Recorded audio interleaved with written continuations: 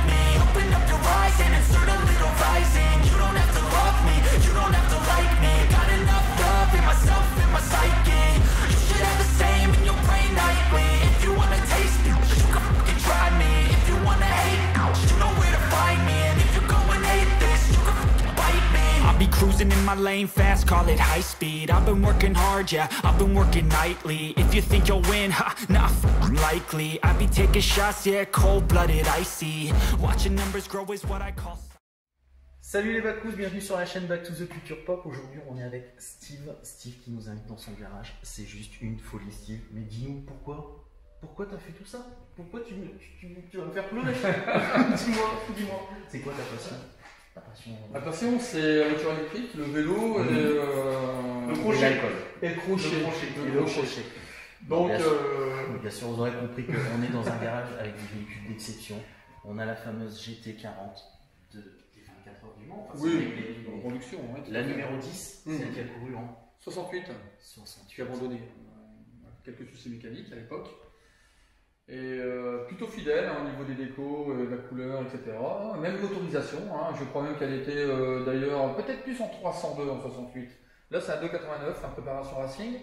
Okay. Et elles ont tourné beaucoup aussi en 289, en 69, avec la MK1 notamment, 68 et 69. En 66 et 67 c'était une MK2, avec un moteur Big Block 427 qu'on retrouvait dans les AC Cobra. Forcément, Carroll Shelby, c'est la personne qui a travaillé sur la conception. Et tout comme notre DeLorean, c'est une voiture maintenant une star de film aussi, puisqu'on la voit dans le film Les 24 heures du Mans. Ouais, Le Mans 66. Le Mans 66. Ford vs Ferrari. Ford vs Ferrari, exact. Et c'est juste une voiture de folie. On va vous faire quelques plans après pour vous montrer l'intérieur. Mais c'est un rêve de gosse, là tu m'as fait ma journée, mon année. Bon, écoute, je suis ravi. Oui. Regardez ce que je vais faire là. Oh là là là là.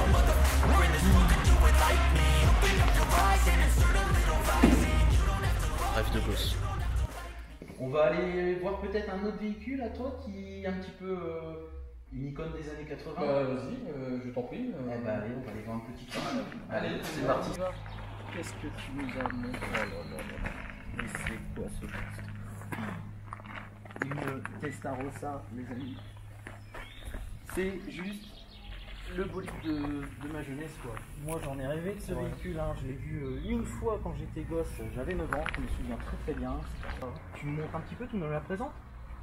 Écoute, donc là, c'est une Ferrari Testarossa de 1986. Donc, toutes les toutes premières, excuse-moi.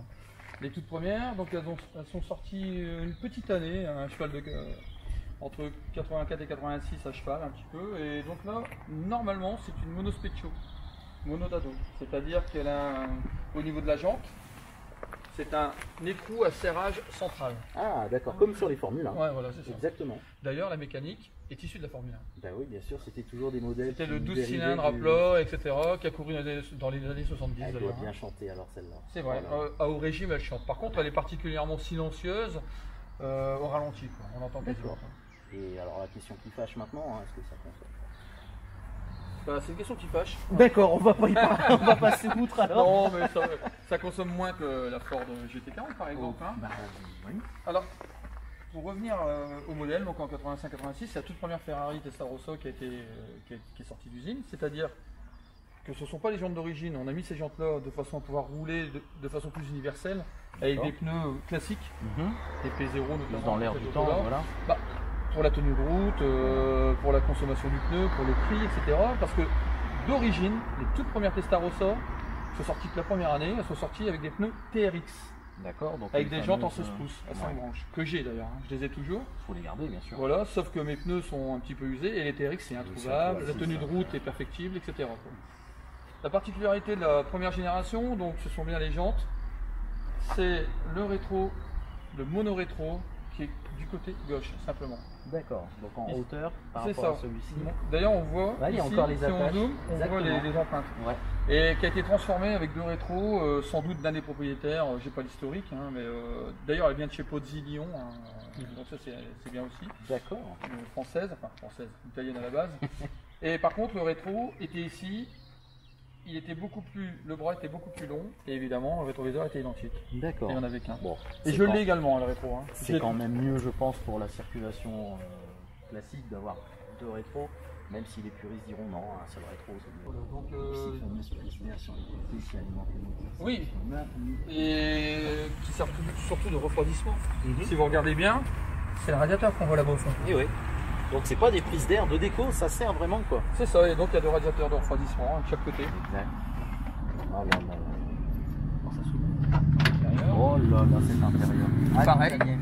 Le volant n'est pas d'origine, mais j'ai le volant d'origine également. Hein. J'avais acheté avec ce volant-là.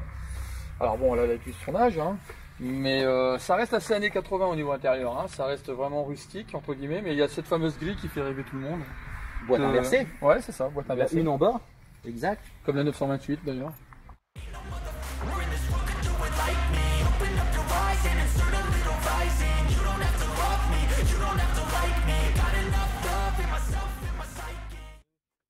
Mécanique. On va voir le cœur. Ah, ouais. Alors ça c'est vraiment. sportivo, comme ils disent.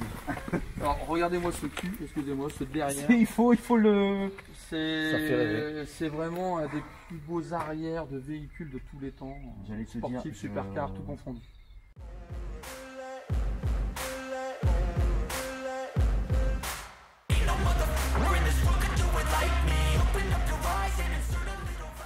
Ça fait près de 2 mètres de large, encore aujourd'hui, c'est incroyable, c'est incroyable. Yes.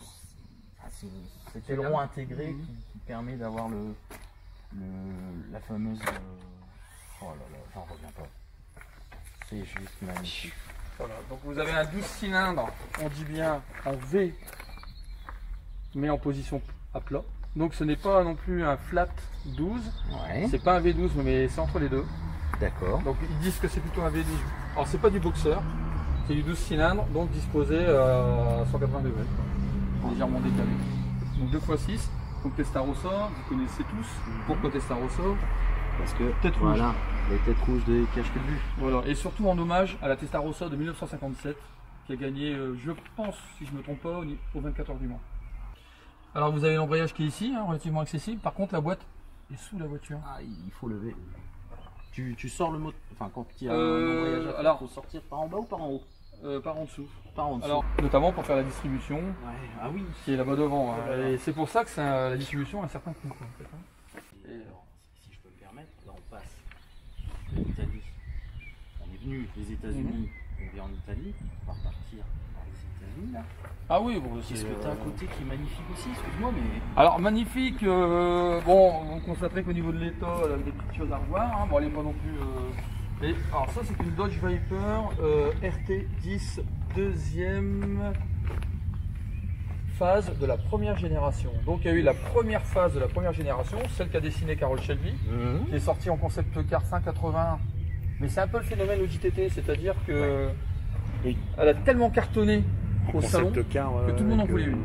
Ah, évidemment, avec des budgets un petit peu différents de la. C'est le monstre sur route, ça c'est.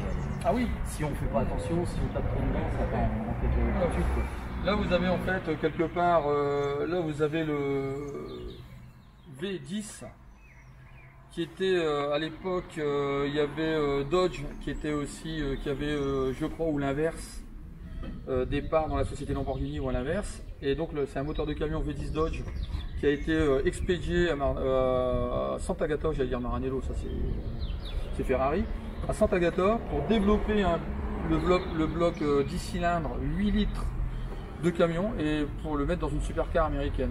Un Dragster. Donc il est en aluminium, etc. L'exubérance des États-Unis dans cette bagnole, quoi. Et là c'est pareil, on a un intérieur totalement différent. Là on voit, c'est recherché, il y a du cuir, il y a des couleurs crème.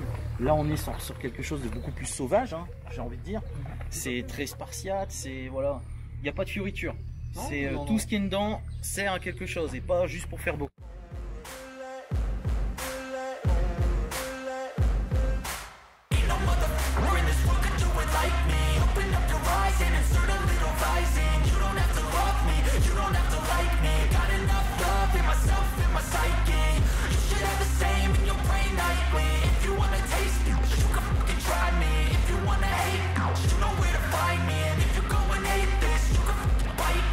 Cruising in my lane fast, call it high speed. I've been working hard, yeah, I've been working nightly. If you think you'll win, ha, nah, likely. I be taking shots, yeah, cold-blooded, icy.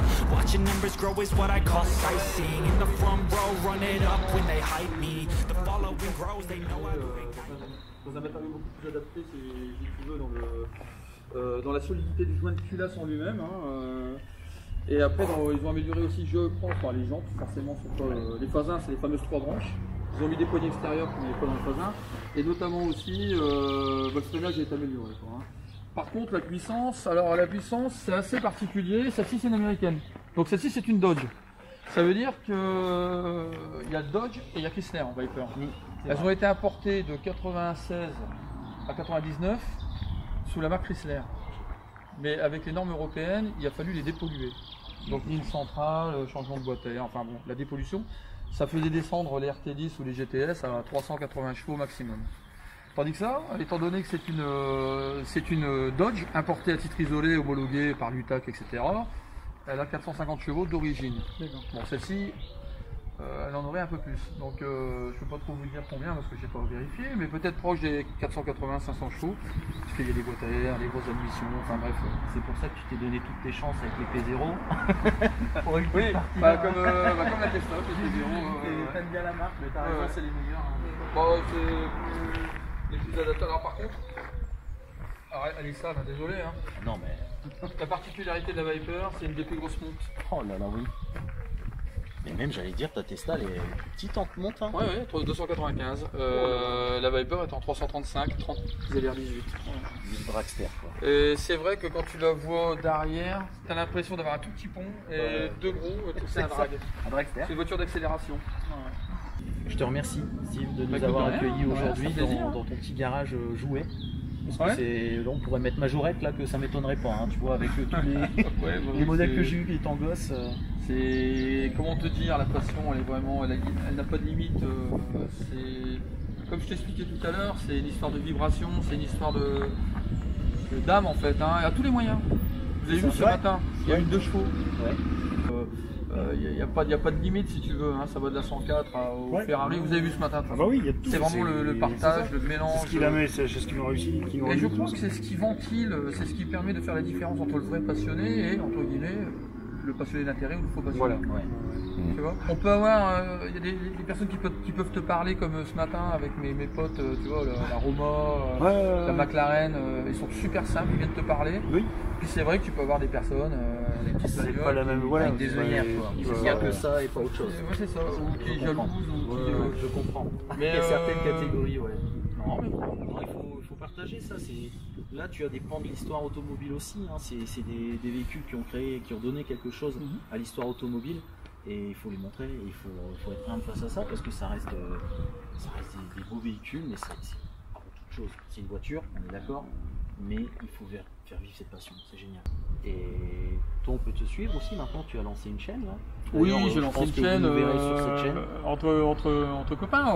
Bah voilà. Et c'est sans prétention, c'est une petite chaîne, c'est Ractivi, c'est justement de faire partager la passion aux autres et aussi surtout de faire partager l'expérience des autres sur la passion automobile. Peut-être avant même le modèle de la voiture. Parce bah, que c'est sûr. vrai qu'il y a beaucoup de Parler des confrères, gens. beaucoup d'amis Oui. qui font des chaînes qui expliquent déjà suffisamment bien en détail les modèles de voitures. C'est ça. Et pourquoi on en est arrivé là, pourquoi il faut pérenniser cette passion et continuer, quoi, parce que... Bah, voilà. Bah, tu résumes bien. voilà, quoi, C'est tout à ça. fait. Donc on va se revoir sur cette chaîne. Et Ah, puis, bah, avec plaisir. Donc on c'est va- RAC TV, pardon. Hein. RAC TV. RAC, donc RAC raconte ta passion, ou RAC comme Rancard Auto Collection à Arras, hein, qui est lié à l'événement. Ok. Bah Steve, je te dis un grand, Bah, écoute, grand merci encore une C'est fois. un plaisir. Hein. Je te dis rendez-vous sur la route dans Mais, le futur aussi, parce bah, que tout à certainement fait. qu'il y aura d'autres événements, d'autres Ah bah avec d'autres grand plaisir. concentrations. Je crois que c'est bien parti. Hein. Je pense, oui. L'année commence bien, en tout cas. Pour moi en tout cas. Moi aussi. Je te dis à bientôt Steve et puis merci encore. Salut les Bakous, je vous dis à rendez-vous dans le futur. Vous nous suivez toujours sur la chaîne, vous partagez, vous faites tout ce que vous voulez, mais parlez de nous, parlez de lui, parlez de tous ces gens qui font que bah, maintenant la passion automobile, bah, elle est là et il faut la faire vivre. Voilà. Allez, ciao, salut. Call me CEO, I've been running Bon Renato, shit Ouais. ça y est, t'as les clés? Allez, making pleasure out of pain. le kiff ultime. I'm the boss and making change. I've been rocking this exchange. Popping off and risking things, gonna make a fucking name. I just wanna be famous. But I don't want that cheap fame. No, I'm not that vain. I just wanna be En great. volant une Testarossa.